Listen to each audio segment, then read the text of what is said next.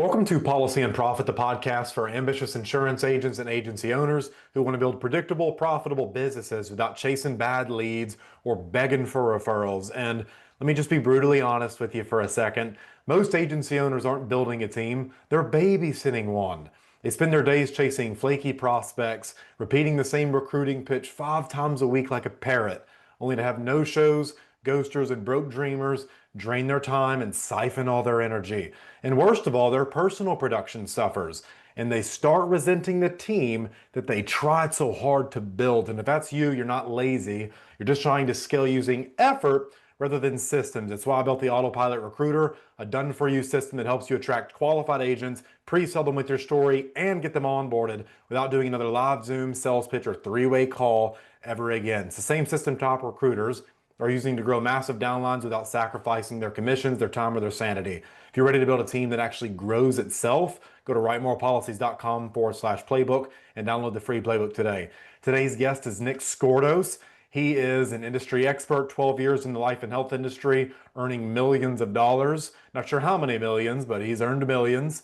And Nick, welcome to the show. Tell me something you believe is the key to succeeding in life insurance sales that most agents completely overlook.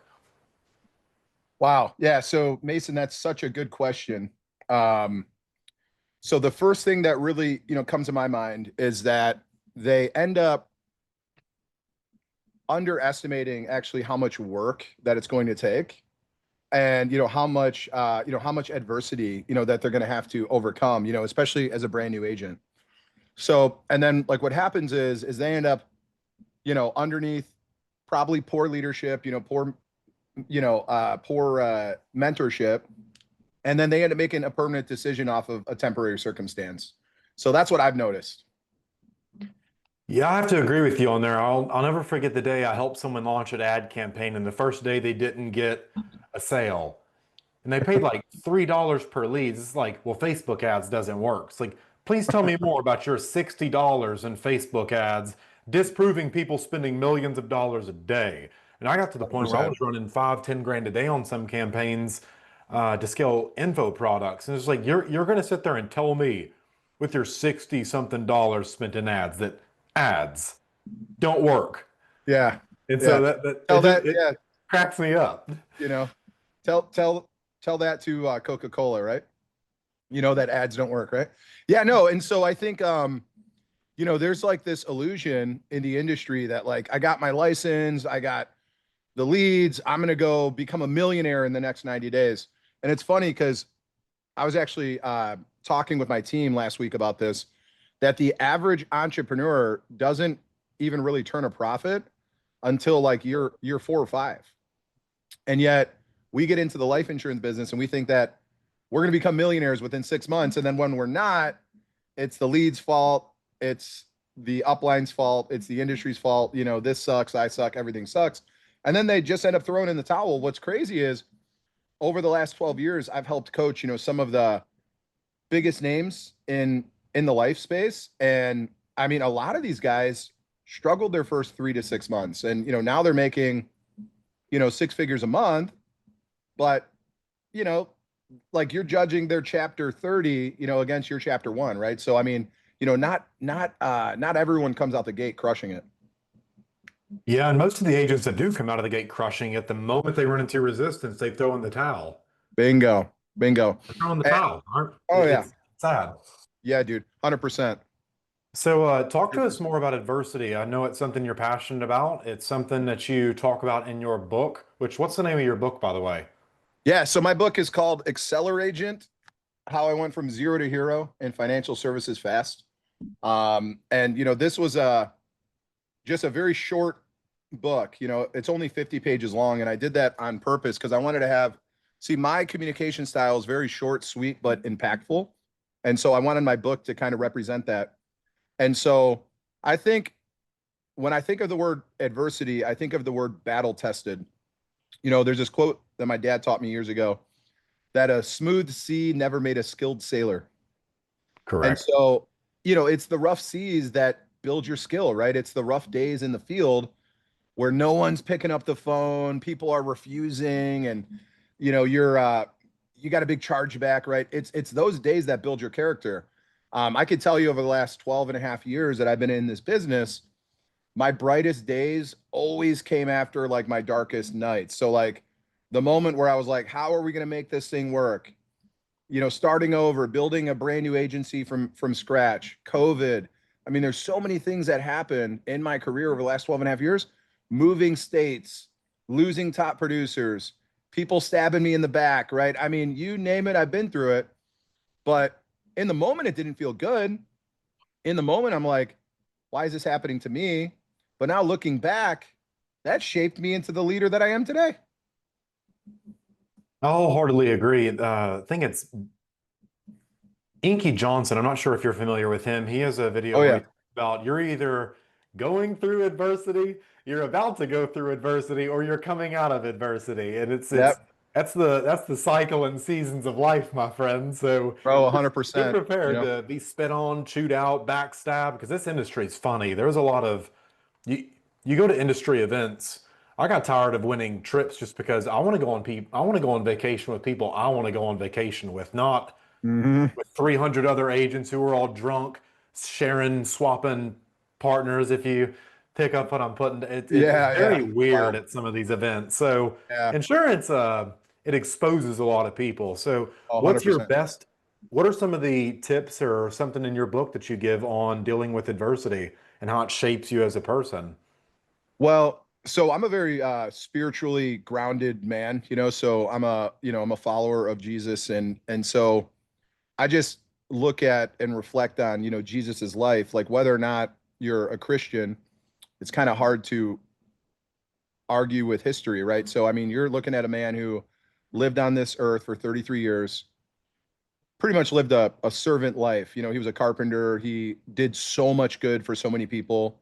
Never did a bad thing really in 33 years. He's, washed people's feet and he lived a perfect life and they crucified him, right? So to me, anytime that I'm going through adversity, I just kind of reflect back on the Bible and, I look at all the most influential people in the Bible all went through crazy amounts of adversity, whether it was like 40 years through the wilderness, and then, like overnight, right? So I always, I'm grounded, in the Bible. So that's always helped me.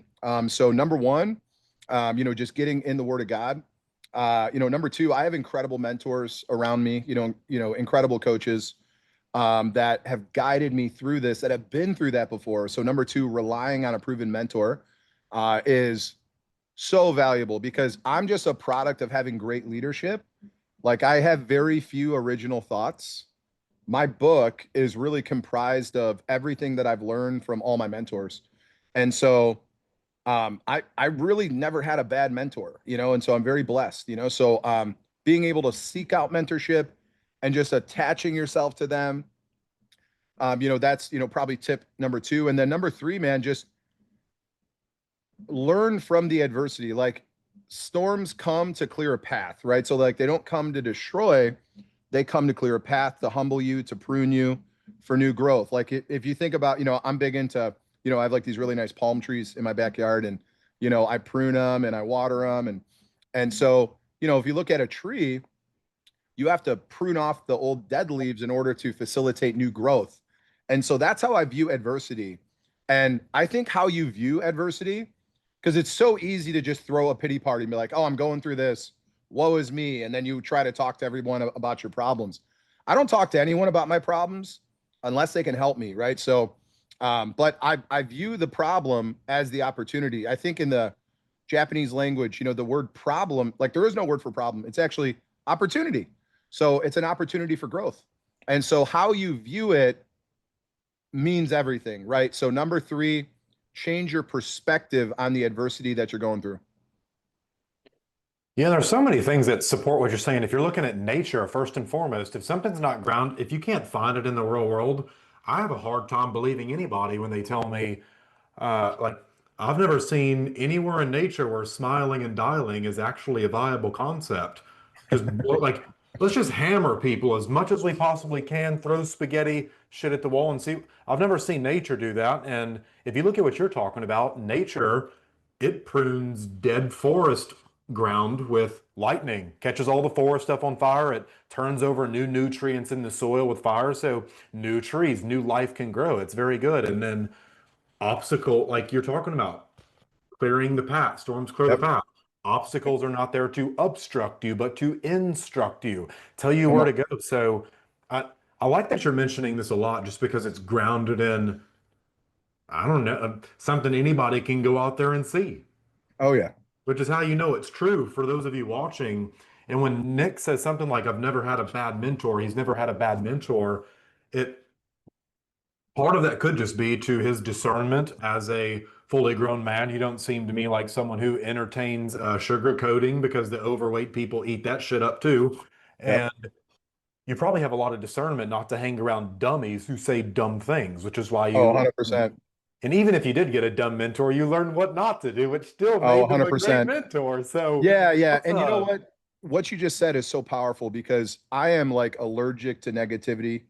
Like the moment that someone starts talking trash or, starts just self-pity, like I immediately distance myself from those people. And like I've been doing that since a kid. So I've always changed like friends groups because if I'm around, like that's a big thing too. Like whenever insurance agent, like when you get into this industry, let's say that you're 18 years old, 25 years old. If you're not around super successful people and let's say that you're around people like you said that are drinking, smoking, negative habits, and you think that you're going to win, man, that's a recipe for like failure. So my old friends groups love them to death, but they were drinking on Thursdays. They were going out, not, being smart. And like that was me in my late teens, early 20s. And then I finally grew up around 25 when I almost died. It's a crazy story. I actually fell off a roof and it kind of woke me up. And I'm like, you know what? Enough is enough. I'm going to ditch the old friends groups. I'm going to start getting into my mind, getting into my body, getting into my spirit. I got in a really good shape. And, I started hanging around winners that were actually going places, people that I aspired to become. So I think choosing your circle of friends is so important when you're in this industry, but any industry that you want to reach the top of.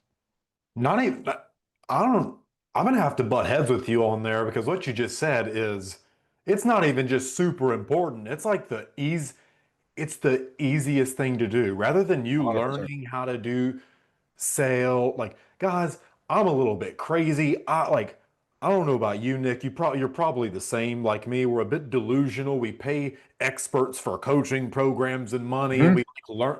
That's not what most of you want to do. Let's be Hmm. real.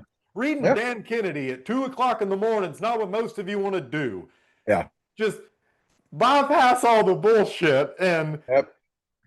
engineer your environment. It's the easiest thing to do is just hang out with winners and you'll naturally just pick up what they do so you don't 100%. embarrass yourself as the dumbest person in the group. It's the Yeah. easiest cheat code for anybody in life. Hang Hmm. around 5 millionaires, you'll become number six.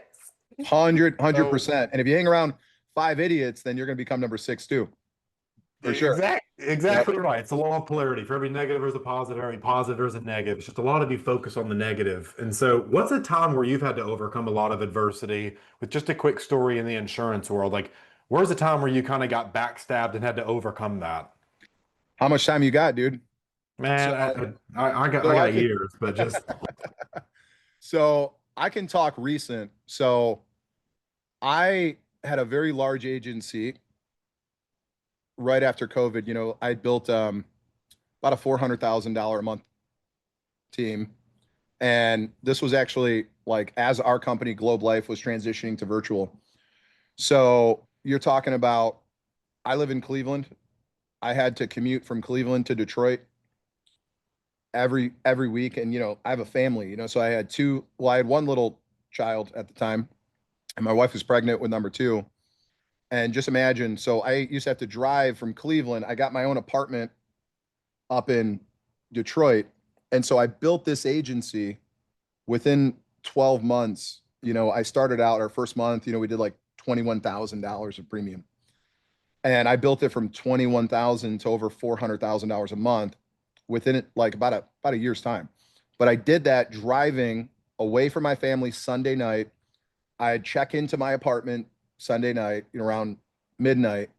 I'd wake up early and I basically lived two lives. So I would work in Michigan from Monday to Friday. I'd work my tail off. I'd work, like 15-hour days. And then I'd drive home Friday night, spend 2 days with my wife and kids. So I did that, and talk about adversity. That was tough, like very, very tough. And then COVID happened, and that office, ended up, kind of falling apart, for, a bunch of different reasons. But as if that wasn't hard enough, building that from the ground up, I had to start over. Well, I got to start over, so I, joined the agency that I'm with now. And I went from $400,000 a month to zero overnight. And that was in 2023. And since then, we built up a very, very strong team. We've done some really cool stuff. I've walked stage as a top leader. I've gotten top producers across stage, and, was able to scale my income, back up to, about 7 figures now, in those three years. But it's been the hardest 3 years of my career, because all the energy and effort that I exhausted in, 2021, I like starting over a year later. And then over the last 3 years, I never really encountered a lot of backstabbing in my career. I've been very blessed, with like great, leaders around me. I've been really good at recruiting, developing.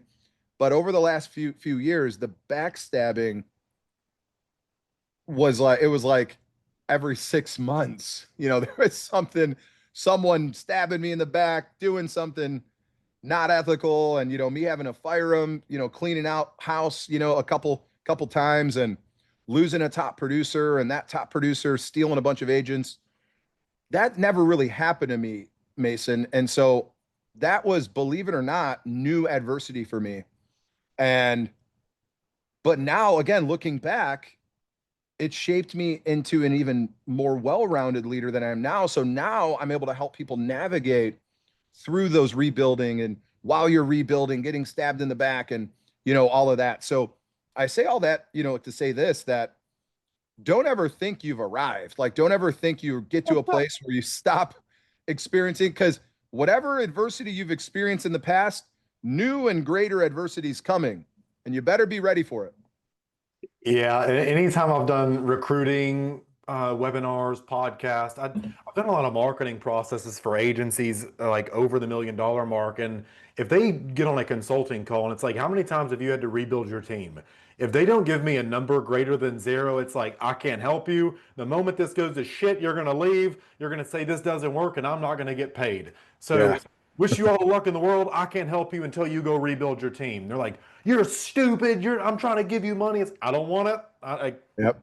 Take it back. So Uh-huh. I'll just refund you. I don't, I'm not dealing with that. So I'm glad that you're kind of shining a light on this, because most agency owners, they don't realize what it's like to have your 40, 50K a month producer bounce and then steal your team. Or, man, we had a agency owner that I knew offer to do something for somebody and move 100 downlines from a different agency. You've heard the horror stories, and it's just, it's so degenerate sometimes. It's so disingenuous, and God's just looking down, and I can't imagine how he looks at some of the things that happen. 100%. So Yeah. this is this has been really valuable, Nick, for the agents and agency owners listening who want to learn more about what you do. Tell us who's a good fit to work with you and how they can get in touch. Yeah, so, very, very easy. I'm looking for ethical, strong work ethics, people that are big thinkers, that want to build something big, proven mentorship, battle-tested leaders. And so, easiest thing, man, just look me up on Instagram. It's Coach Nick Scordos, Coach Nick Scordos, or just, jump on my website, nickscordos.com. Feel free to DM me, or, send me a message through the website, and we'll definitely link up for sure.